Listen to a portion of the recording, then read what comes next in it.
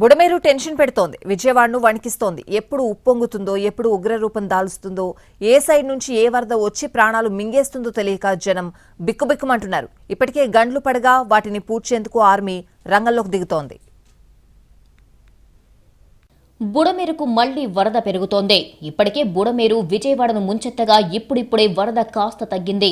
ఇంకా జలదిగ్బంధం నుంచి కొన్ని ప్రాంతాలు పూర్తిగా కోలుకోలేదు. ఓవైపు ప్రభుత్వం సహాయక చర్యల్లో నిమగ్నమయ్యింది. మళ్లీ వర్షాలు రావడం అందరినీ టెన్షన్ పెడుతోంది. వాగుకు పడిన గండ్లను పూడ్చేందుకు అధికారులు సిబ్బంది తీవ్రంగా శ్రమిస్తున్నారు.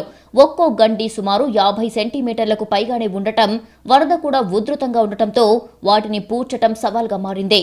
2-3 రోజులుగా ప్రయత్నిస్తున్నా ఇప్పటి వరకు ఒక్క గంటినే పూడ్చగలిగారు. అటు సీఎం చంద్రబాబు, కేంద్ర మంత్రి శివరాజ్ సింగ్ చౌహాన్ గంటి పడిన ప్రాంతాలను పరిశీలించారు. బుడమేరు గండ్లను పూడ్చేందుకు ఆర్మీ రంగంలోకి దిగింది.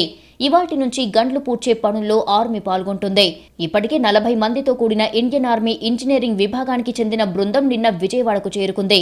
బుడమేరు వాగుకు పడిన గండ్లను ఇవాళ పూడ్చనుంది.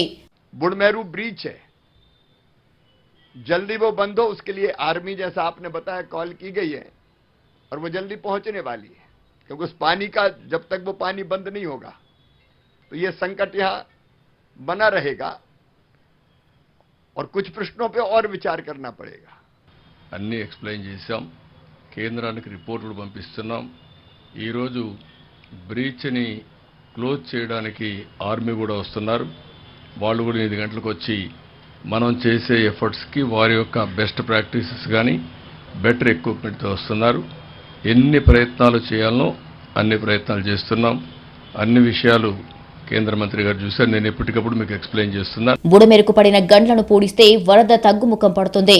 సహాయక చర్యలు ముమ్మరం చేసేందుకు వీలు ఉంటుందని అధికారులు భావిస్తున్నారు. ఇవాళ రంగంలోకి దిగనున్న ఆర్మీ సాధ్యమైనంత త్వరగా గండ్లను పూడ్చే అవకాశం ఉంది.